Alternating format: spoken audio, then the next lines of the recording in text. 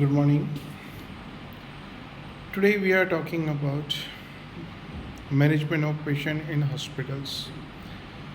This is Aslam Khan, HOD of Medical Surgical Nursing, Index Nursing College. So when we talk about management of patient in hospital, there are some policies, some protocols which is related to management of patient in hospital. So when a patient is in hospital, we should have so much concern about patient safety. So we have some safety policy in hospital, like there should be internal and external signposting. It should be bilingual. There should be no smoking policy. Installation of patient safety device and regular inspection, like grip bars, safety belts, etc. And there should be staff training. These are the few things which should be included in hospital safety program of patient. So as I said, internal external signposting bilingual. यहाँ पर जैसे no smoking zone होता है, flex लगे हुए रहने चाहिए, जो हिंदी इंग्लिश दोनों में लगे हुए होने चाहिए, साइन होने चाहिए प्रॉपरली, नो स्मोकिंग पॉलिसी होनी चाहिए, पेशेंट की सेफ्टी के लिए ग्रेप बार, सेफ्टी बेल्ट्स ये होनी चाहिए, स्टाफ की ट्रेनिंग होनी चाहिए सेफ्टी से रिलेटेड. फॉर एग्ज़ाम्पल अगर कोई इंटरनल मैटर है, डिसास्टर आया, तब नर्सिंग स्टाफ डॉक्टर्स को क्या करना है, आग लग गई है उस टाइम पे क्या करना है. इसके अलावा कोई नीडलिस्टिक इंजरी हो गई है तो उस टाइम पे नर्सिंग स्टाफ या हेल्थ वर्कर को सेफ्टी के लिए क्या करना है. ये सारी चीज़ें हॉस्पिटल मैनेजमेंट ऑफ पेशेंट में सिखाई जाती हैं, ट्रेनिंग दी जाती है. नेक्स्ट चीज़ है पेशेंट की सेफ्टी से रिलेटेड ही है, पेशेंट को हार्म नहीं हो. यहाँ पर identification marks of a patient रहने चाहिए, जिसमें कलर बैंड होने चाहिए, पेशेंट्स के हाथ पे लगे हुए रहने चाहिए. इस कलर बैंड पे नेम ऑफ द पेशेंट लिखा हुआ रहना चाहिए और UHID नंबर होना चाहिए. UHID number means unique hospital ID number जो होता है, जैसे IPD नंबर होता है उसी तरह से UHID नंबर भी होता है.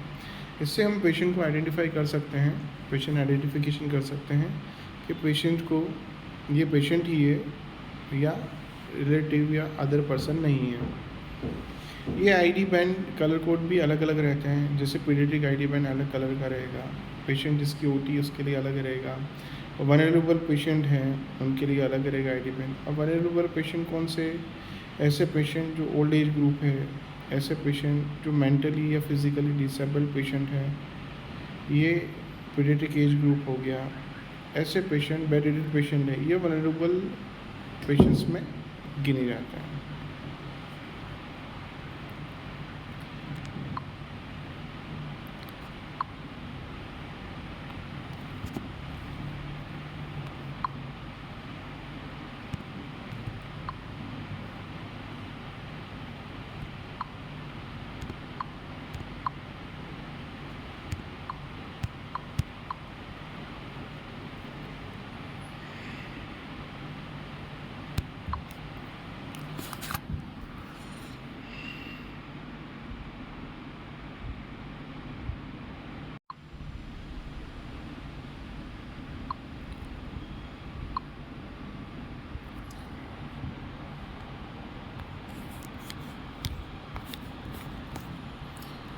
So, identification marks of patient, name of patient, it should include UHID number.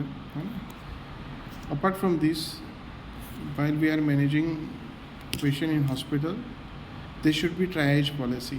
So first we'll see what is triage. Triage is a process of sorting injured people into groups based on their need for a likely benefit from immediate medical treatment. Triage is used in hospital emergency rooms, on battlefields, and at disaster sites when limited medical resources must be allocated. The evaluation and classification of casualties for purpose of treatment and evacuation. It consists of the immediate sorting of patient according to type and seriousness of injury and likelihood of survival, and the establishment of priority for treatment and evacuation to ensure medical care of the greatest benefit to the largest number. So tries policy जो है इसमें हम sorting करते हैं priorities wise, patient को classification करते हैं, categorise करते हैं। ऐसे पेशेंट जिसको हम बचा सकते हैं और जो सीरियस है उनको हम फर्स्ट कैटेगरी में करते हैं। ट्राइज पॉलिसीज़ के ये बेनिफिट होते हैं कि एक तो इमीडिएटली ट्रीटमेंट मिल जाता है ऐसे पेशेंट जिनको बचाया जा सकता है या जिनको ज़रूरत होती है। इसके अलावा ट्राइज हॉस्पिटल के अलावा बैटल फील्ड में भी यूज़ होता है, जहाँ पर मेडिकल रिसोर्सेज बहुत कम होते हैं, है ना। उस कंडीशन में जिनको बचा सकते हैं, जिस सोल्जर्स को, जिन पेशेंट को, उनको पहले बचाया जाता है। इसमें प्रायोरिटी वाइज इमीडिएटली पेशेंट को आइडेंटिफाई करके, क्लासिफाइड करके पेशेंट को इमीडिएटली ट्रीटमेंट स्टार्ट कर दिया जाता है। ये मेनली लार्ज लेवल पर यूज़ होता है। So triage is very important here. Based on triage, we have categorized our patient in red, yellow and green and black. So we have 4 category. Red category ऐसी category जहाँ पर हमें first priority patient को देना है, most urgent है, life threatening shock है, hypoxia है प्रेजेंट, और इमीडिएट पेशेंट को स्टेबलाइज कर सकते हैं अगर इमीडिएटली केयर दी गई तो। ऐसे पेशेंट्स ट्राइएजिंग में रेड में क्लासिफिकेशन करा जाता है। ऐसे पेशेंट जो कॉम्प्रोमाइज एयरवे है, ऐसे पेशेंट जिनका रेस्पिरेटरी अरेस्ट है और सीवियर रेस्पिरेटरी डिस्ट्रेस है, SpO2 इसका लेस देन 90 है, पेशेंट जिनको कार्डियक अरेस्ट है, ऐसे पेशेंट जिनको हाइपोटेंशन है, जिनका blood pressure less than 90 mm of Hg है, trauma patient who is unresponsive और require immediate fluid resuscitation, overdose with respiratory rate of 6, ऐसे पेशेंट जिनको severe bradycardia tachycardia with sign of hypoperfusion, ऐसे patient जिनका chest pain है, pale हो रहे हैं, डायफोरेटिक है, blood pressure is less than 70 palpable है, ऐसे पेशेंट जिनमें एनाफ्लेक्टिक रिएक्शन हुई है, ऐसे पेशेंट बेबी जो फ्लैसिड है, ऐसे पेशेंट जिनको हाइपोग्लाइसीमिया है, जिनका मेंटल स्टेटस सही नहीं है।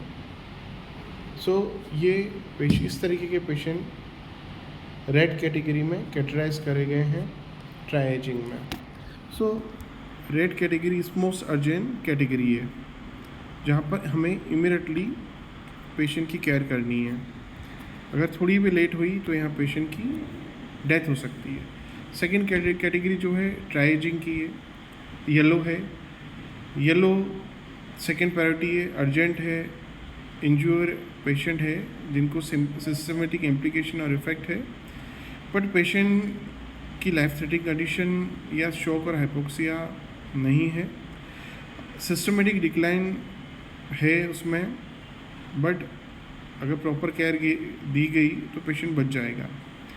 एग्जाम्पल है येलो के, ऐसे patient diagnosis with stable blood pressure, tachycardia है, डिस्निया में नॉट बी प्रेजेंट, पेशेंट जिनको एक्यूट एब्डोमिनल पेन है, गैस्ट्रोइंटेस्टाइनल ब्लीडिंग हो रही है, एक्यूट आर्टेरियल ऑकल्जन है, ऐसे पेशेंट जिनको फीवर और इम्यूनोकॉम्प्रोमाइज पेशेंट है, टेस्टिकुलर टॉर्सन है, एक्यूट रेनल फेलियर है, एक्टोपिक प्रेगनेंसी है, स्पॉन्टेनियस अबॉर्शन है, रूल आउट केस मेनिंजाइटिस के है, एक्यूट सेरेब्रोवास्कुलर एक्सीडेंट है, ऐसे पेशेंट जिनको वॉमिटिंग है, डायरिया है, ऐसे पेशेंट जिनको एक्यूट अस्थमेटिक अटैक है, ऐसे पेशेंट जिनको प्लूरल एफ्यूजन है, ऐसे पेशेंट जिनको स्पॉन्टेनियस निमोथोरेक्स है, ऐसे पेशेंट जो रोड ट्रैफिक एक्सीडेंट में जिनको लॉस ऑफ कॉन्शियसनेस हो गई है ना, इस तरीके की कैटेगरी को हमने येलो में रखा है। ये येलो कैटेगरी जो है पेशेंट सेकंड प्रायोरिटी में पेशेंट को देखना है। नेक्स्ट जो कैटेगरी थर्ड कैटेगरी है ट्राइजिंग में, ग्रीन कैटेगरी है, थर्ड प्रायोरिटी है, नॉन अर्जेंट है, इंजरीज आर लोकलाइज विथ और without systemic implication, with a minimum care patient generally does not deteriorate for up to several hours। यहाँ patient non urgency है, injure तो हैं but localised है, immediate systemic implication है। अगर थोड़ी बहुत केयर दी गई तो पेशेंट की कंडीशन डिटेरियोरेट नहीं होगी काफ़ी देर तक। फोर्थ ट्राइजिंग में है ब्लैक, ऐसे पेशेंट जो डेड हो चुके हैं। No distinction can be made between clinical and biological death in a mass casualty incident and any unresponsive patient who has no spontaneous ventilation or circulation is classified as dead। इस category को हमने triaging में रखा है fourth category में। Next hospital management में जो important है that is inform consent. What is consent? First, consent is a written acknowledgement statement from the patient or from relative side। Consent is very necessary, it's very mandatory। What are the different kind of informed consent? That is procedure consent, जो किसी procedure जैसे endoscopy हो गई है, MRI है, उसके पहले patient से कंसर्ट लिया जाता है। सेकेंड है एनेस्थीसिया कंसर्ट, ये OT के अंदर एनेस्थीसिया लेने से पहले कंसर्न लिया जाता है पेशेंट से। थर्ड है surgical concern, pre operative areas में बिफोर सर्जरी पेशेंट से या उसके रिलेटिव से कंसर्न लिया जाता है। Blood transfusion concern, blood transfuse करने से पहले पेशेंट से कंसर्न लिया जाता है। हाई रिस्क कंसर्न, ऐसे पेशेंट जिनको जान का खतरा है, ऐसे डिजीज़ के साथ पेशेंट जो एडमिट हुआ है जिसमें रिस्क है, हो सकती है पेशेंट की डेथ भी हो सकती है। बहुत सारे प्रोसीजर के लिए पेशेंट के एडमिशन के लिए हाई रिस्क कंसर्न ज़रूरी रहता है। रेस्ट्रेंट कंसर्न, कई साइकेट्रिक पेशेंट रहते हैं, एग्रेसिव पेशेंट है, उनको केमिकल या फिज़िकल जो रेस्ट्रेंट करने के लिए कंसर्ट लिया जाता है। बिना पेशेंट के कंसर्ट लिए पेशेंट को रेस्ट्रेंट नहीं करा जा सकता। HIV कंसर्न थर्ड, जो HIV पेशेंट से कंसर्न लिया जाता है। अगर पेशेंट्स जिनको हमने ब्लड ट्रांसफ्यूज़न चढ़ाया है, अगर उसे ब्लड ट्रांसफ्यूज़न रिएक्शन होती है तो हमें क्या करना चाहिए हॉस्पिटल में या वार्ड्स में? फर्स्ट ऑफ ऑल हमें मालूम होना चाहिए हमने जो ब्लड चढ़ाया है पेशेंट में, तो अगर ब्लड ट्रांसफ्यूज़न रिएक्शन हो रही है तो पेशेंट में क्या क्या सिम्टम्स साइंस होंगे। ये साइन एंड सिम्टम्स ब्रेडिकार्डिया के रूप में हो सकते हैं, टेकिकार्डिया के रूप में हो सकते हैं, फ्लैशिंग हो सकती है, पेशेंट को पेन हो सकता है, शॉर्टनेस ऑफ ब्रीथ हो सकती है, पेशेंट हाइपोटेंशन में जा सकता है, पेशेंट को नोजिया हो सकता है, पेशेंट को वॉमिटिंग हो सकती है, पेशेंट को एब्डोमिनल ब्लीडिंग हो सकती है ना। सो ऐसे बहुत सारे साइन एंड सिम्टम्स है जिससे हमें पता लग सकता है। आर्टिकेरिया भी होता है पेशेंट को, उससे हमें पता लग सकता है कि पेशेंट को ब्लड ट्रांसफ्यूज़न रिएक्शन हुई है। अगर इन्हीं साइन सिम्टम्स में कुछ पेशेंट को ब्लड चढ़ाने के बाद ट्रांसफ्यूज़न के बाद में हो रहा है तो हमें क्या करना चाहिए as a doctor, as a nurse? सबसे पहले हमें ब्लड ट्रांसफ्यूज़न इमीडिएटली स्टॉप करना चाहिए। इमीडिएटली हमें ड्यूटी डॉक्टर को इन्फॉर्म करना चाहिए।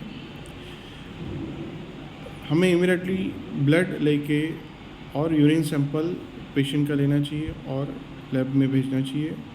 एक फॉर्म आता है blood transfusion reaction form, immediately हमें उसे फिल करना चाहिए। सैंपल को ब्लड बैंक में हमें सैंपल और फॉर्म को हमें ब्लड बैंक में भेजना चाहिए और हमें इमीडिएटली बैग को blood bank return the blood back to the blood bank, ये हमें करना चाहिए। ये एल्गोरिदम है, ये एक प्रोसीजर है। यूजुअली जब भी हम ब्लड चढ़ाते हैं मे बी कॉम्पेटिबिलिटी हमें चेक करनी चाहिए। इसके अलावा प्रॉपर जो टाइमिंग है 4 आवर्स के अंदर ब्लड चढ़ाते हैं ख़त्म हो जाना चाहिए। नेक्स्ट हमारी पॉलिसी है पेशेंट से related, that is wrong patient wrong site policy. So minimum चीज़ें कुछ होनी चाहिए, कुछ एल्गोरिदम है, कुछ प्रोटोकॉल है, ये हमें फॉलो करने चाहिए। हमारी वजह से पेशेंट्स को हार्म नहीं होना चाहिए। सो फर्स्ट ऑफ ऑल हमें आइडेंटिफिकेशन ऑफ पेशेंट्स करना चाहिए। पेशेंट को कौन आइडेंटिफाई करेगा? जो मेन पर्सन है दैट इज़ रजिस्टर्ड नर्स, जो आइडेंटिफाई करेगी पेशेंट को। जब पेशेंट प्री ऑपरेटिव एरिया में अराइव करता है उस टाइम पर आइडेंटिफाई करना। पेशेंट प्रोसीजर रूम में या ऑपरेटिंग रूम में जा रहा है तो उस टाइम पे आइडेंटिफाई करना है कि पेशेंट ही है और कौन सी सर्जरी के लिए। पेशेंट रिकवरी रूम में जाता है तब भी रजिस्टर्ड नर्स को आइडेंटिफाई करना चाहिए। सेकेंड जो पॉइंट है, आइडेंटिफिकेशन इज़ अचीव्ड, एक बार हो जाता है तो हम क्या करना चाहिए? इसके लिए हमें पेशेंट से बात करनी चाहिए, उसका फर्स्ट और लास्ट नेम पूछना चाहिए। हमें इस डिटेल्स को कंपेयर करना चाहिए पेशेंट की केस शीट के साथ में। ऐसे पेशेंट जो नॉन रिस्पॉन्सिव है, जैसे इन्फेंट हो गया, कोमाटोस पेशेंट है, हमें फैमिली मेम्बर्स से पूछना चाहिए या सिग्निफिकेंट जो चीज़ें हैं उसको मैच करवाना चाहिए पेशेंट से। Reviewing the patient medical record, ये हमें करना चाहिए। Comparing this finding with the patient medical records, ये सारी चीज़ें हमें करनी चाहिए ताकि रॉन्ग पेशेंट नहीं हो। Next, surgical site marking. Where practical, the surgical incision site or area will be marked. When procedure involve right, left distinction, multiple structures used as a fingers and toes and levers as in spinal procedures, the area will be marked using a permanent marker for the correct site. So ये surgical site marking बहुत important है। अगर ये हम नहीं करेंगे तो हमें दिक्कत हो सकती है ना। सो रॉन्ग पेशेंट की सर्जरी कर सकते हैं, रॉन्ग पार्ट की सर्जरी कर सकते हैं। So surgical site marking is very very important. Next very important thing in the hospital, that is assessment and reassessment policy. Initial assessment and reassessment policy is very very important. Patient को जैसे ही हम receive करते हैं, अगर हमारा assessment properly है तो patients की रिकवरी जल्दी होती है, पेशेंट्स को अटेंड जल्दी करते हैं, प्रायोरिटी वाइज पेशेंट अटेंड होता है और एक ओवरऑल पेशेंट का एग्जामिनेशन हो पाता है। So there are different type of assessments, जैसे CMO initial assessment, doctor initial assessment, nursing initial assessment, nutritional assessment and physiotherapy assessment. CMO initial assessment ये कैजुअल्टी में होता है, जहाँ पर चीफ मेडिकल ऑफिसर जो भी पेशेंट आता है इमरजेंसी में उसका असेसमेंट करते हैं, उसको एग्जामिन करते हैं, उसको चेक करते हैं। देन ये ट्रांसफ़र होता है डॉक्टर्स के द्वारा, डॉक्टर्स इनिशियल असेसमेंट स्टार्ट होता है, ये स्पेशलिटी वाइज इनिशियल असेसमेंट होता है। नर्सिंग इनिशियल असेसमेंट इम्पॉर्टेंट है, जहाँ पर नर्सेज जो हैं, रजिस्टर्ड नर्स हैं, वो हेड टू टो एग्जामिनेशन करते हैं, पेशेंट के वाइटल्स लेती हैं और पेशेंट को क्या दिक्कत है या नहीं है ये आइडेंटिफाई होता है। न्यूट्रिशन असेसमेंट न्यूट्रिशनिस्ट द्वारा होता है, जो based on physical condition, based on patient diagnosis, based on disease condition, patient के न्यूट्रिशन नीड को ध्यान में रख के पेशेंट्स का जो है खाने पीने का डाटा बनाते हैं, क्या खाना है उन्हें, वो मेन्यू प्लान बनाते हैं। Physiotherapy assessment is also very important, जो फिजियोथेरेपिस्ट करते हैं। यहाँ पर पेशेंट की डिजीज़ कंडीशन के द्वारा के हिसाब से पेशेंट को एक्सरसाइज बताई जाएगी, रेंज ऑफ मोशन बताया जाता है। Next important is frequency of assessment. What should be the frequency of assessment? A duly registered and credentialed doctor shall document patient assessment within defined framework. This is very important. एक defined framework के अंदर जो है doctors को assessment करना है। जितना जल्दी करेंगे पेशेंट का असेसमेंट, पेशेंट का में इम्प्रूवमेंट उतना जल्दी होगा। Next, the nursing assessment shall be perform and document in the patient record within 24 hours admission. As soon as possible patient आता है, रिसीव होता है वार्ड में या कैजुअलिटीज़ में, इमीडिएटली नर्सिंग स्टाफ को इनिशियल असेसमेंट करना है और इसको अगर डॉक्यूमेंटेड है 24 घंटे के अंदर हो जाना चाहिए। Continuous reassessment shall be documented throughout the patient medical record. Reassessment of patient shall be performed at a regular interval in the course of care by medical and nursing staff. Reassessment बहुत important है ना. Next reassessment shall be perform to determine a patient responsiveness to care treatment. This is also very important. Reassessment shall take place when there is a significant change in a patient condition or a change in diagnosis. Nursing staff shall reassess the patient at least once in every shift. Medical staff shall reassess patient at least once daily. More frequent reassessment shall be done by both nurses and doctor as per as the clinical condition of the patient. So there should be determination of frequency of assessment. Assessment is very, very important here. Without assessment, we cannot start any kind of treatment in the patient. Next policy that is related to vulnerable patient care policy. So before move to the topic, we must know what is vulnerable patient.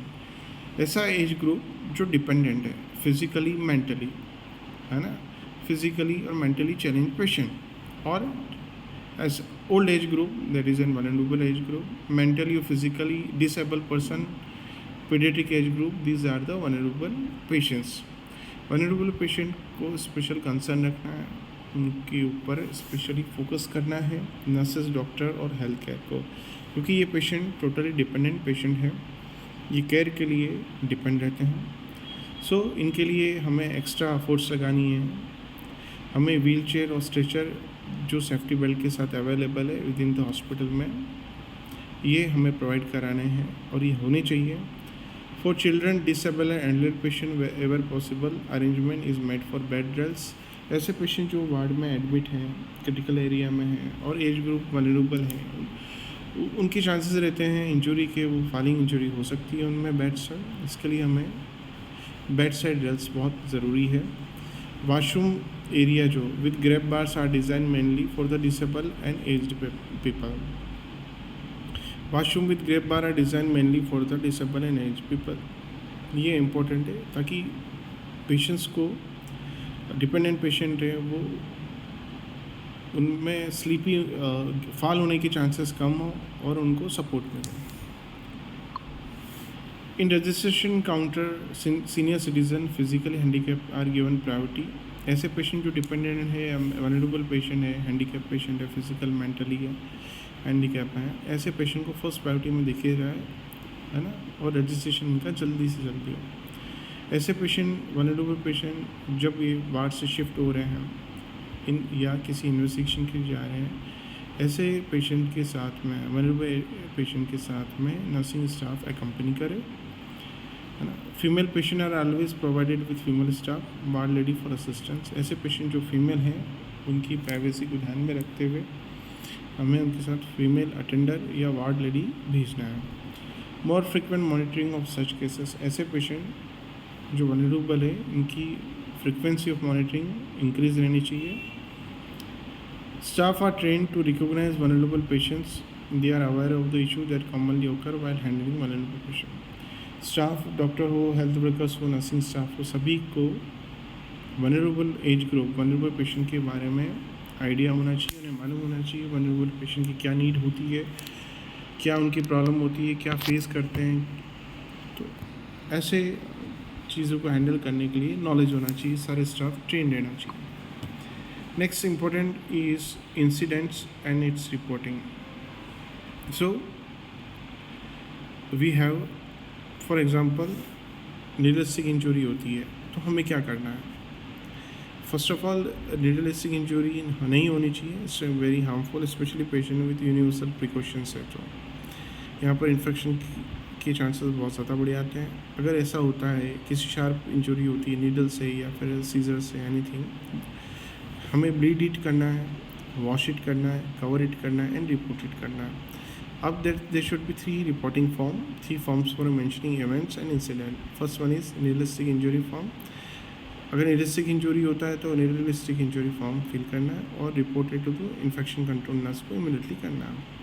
Second, adverse reaction form. अगर adverse reaction होती है हमें nursing supreme को report करना है immediately. Next, incident reporting form. Near miss या sentinel event है, adverse event है, reported to the quality department. ये चीज़ें होनी चाहिए। Next thing is sentinel event policy.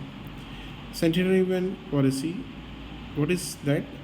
Is a relatively infrequent unexpected incident related to system or process deficiency which leads to death or major or enduring loss of function for a recipient of a healthcare services. The impairment lasts for a minimum period of 2 weeks and is not related to an underlying condition. So sentinel event जो frequently नहीं होती है, unexpected होती है, ये system और process deficiency की वजह से होती है, जिसकी वजह से डेथ हो सकती है पेशेंट की, या मेजर इंसिडेंट हो सकता है, लॉस ऑफ फंक्शन हो सकता है। Type of sentinel events mainly divide है सर्जिकल इवेंट्स, डिवाइस और products events, patient protected events, environmental events, care management events, criminal events. First हम देखेंगे surgical events with example. Surgical events जो sentinel event में है, जैसे रॉन्ग बॉडी पार्ट है उसको सर्जरी कर दी गई, रॉन्ग पेशेंट की जगह दूसरा पेशेंट्स को मेडिकेशन दे दिया, कोई ए की जगह बी पेशेंट को प्रोसीजर कर दिए, कोई सर्जरी के दौरान कोई इंस्ट्रूमेंट रिटर्न हो गया, सर्जरी की डेथ ड्यूरिंग द प्रोसीजर हो गया, एनेस्थीसिया रिवेल इवेंट्स है, ये सारे सर्जिकल इवेंट्स में आते हैं। नेक्स्ट सेंटिनल इवेंट है डिवाइस और प्रोडक्ट्स इवेंट्स। कंटामिनेट ड्रग्स और डिवाइस जो पेशेंट को दी गई थी अनइंटेंडेड यूज़ हुआ है, ब्रेक डाउन और फेलियर हुआ है, ये सब डिवाइस और प्रोडक्ट इवेंट्स है। फॉर एग्जांपल, पेशेंट जो वेंटिलेटर पे था, वेंटिलेटर लाइट जाने की वजह से ख़राब हो गया या वेंटिलेटर ख़राब हो गया जिसकी वजह से रेस्पिरेटरी या कार्डियो फेलियर हुआ, कार्डियक फेलियर होने की वजह से पेशेंट की डेथ हो गई। पेशेंट प्रोटेक्शन इवेंट्स जैसे इन्फेंट डिस्चार्ज है, एलोपमेंट है, सुसाइड है, अटेम्प्ट सुसाइड है, सेल्फ हार्म है, इंटेंशनल इंजरी है, नोजोकोमल इन्फेक्शन है, मेडिकल केस है, ये पेशेंट प्रोटेक्शन इवेंट्स में है। यहाँ पर सेंटिनल इवेंट्स के एग्जांपल है। इन्वायरमेंटल इवेंट्स में ऑर्गेनाइजेशन या सिस्टम की वजह से बर्न हुआ है, पेशेंट स्लिप हो गए, ट्रिप की वजह से ट्रिप हुआ है, फॉल हुआ है, इलेक्ट्रिसिटी शॉक हुआ है, use of restaurant and battle नहीं हुआ है, इसकी वजह से पेशेंट गिर गया है, तो ये इन्वायरमेंटल इवेंट्स में आएगा। केयर मैनेजमेंट में इवेंट्स, ब्लड ट्रांसफ्यूज़न लगाया है, प्रॉपरली नहीं लगाया, बी कंप्लीट नहीं करी, इसकी वजह से हीमोलाइटिक रिएक्शन हुई है, मैटरनल डेथ हुई है, medication error, delay in response of medication या assessment, these are the examples of care management events. Next sentinel events, criminal events, impersonation, abduction, sexual assault, physical assault on the group of healthcare facility. These are the example of criminal events. Some example of sentinel events are wrong surgery or wrong part, adverse drug reaction, mismatched blood transfusion, gangrene of the limb of the baby, aspiration pneumonia, bed sore, hospital acquired infection, fall of bed, and idiopathic injury. These are the few examples of sentinel event. Next, we'll talk about the near miss. What is near miss? A near miss is an unplanned event that did not result in injury, illness, or damage, but had the potential to do so. Error that did not result in patient harm but could have can be categorized as a near misses. So near miss event जो हैं वो unplanned है, unintentional है, जिसकी वजह से कोई serious injury, trauma या इलनेस या डैमेज नहीं हुआ, बट हो सकता था बट नहीं हुआ।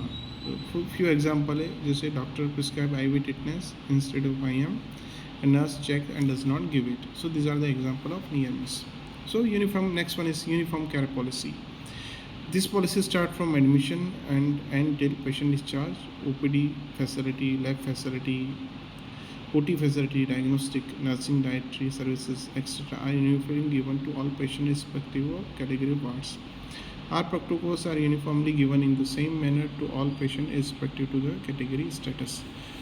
Patient with the same health problem and care needs have right to receive the same quality of care throughout the organization. So this is the uniform care policy irrespective of caste and creed. All the patients should get it, all kind of care and scope of service in the hospital. So thank you so much. So this is regarding management of patient in hospital. Thank you.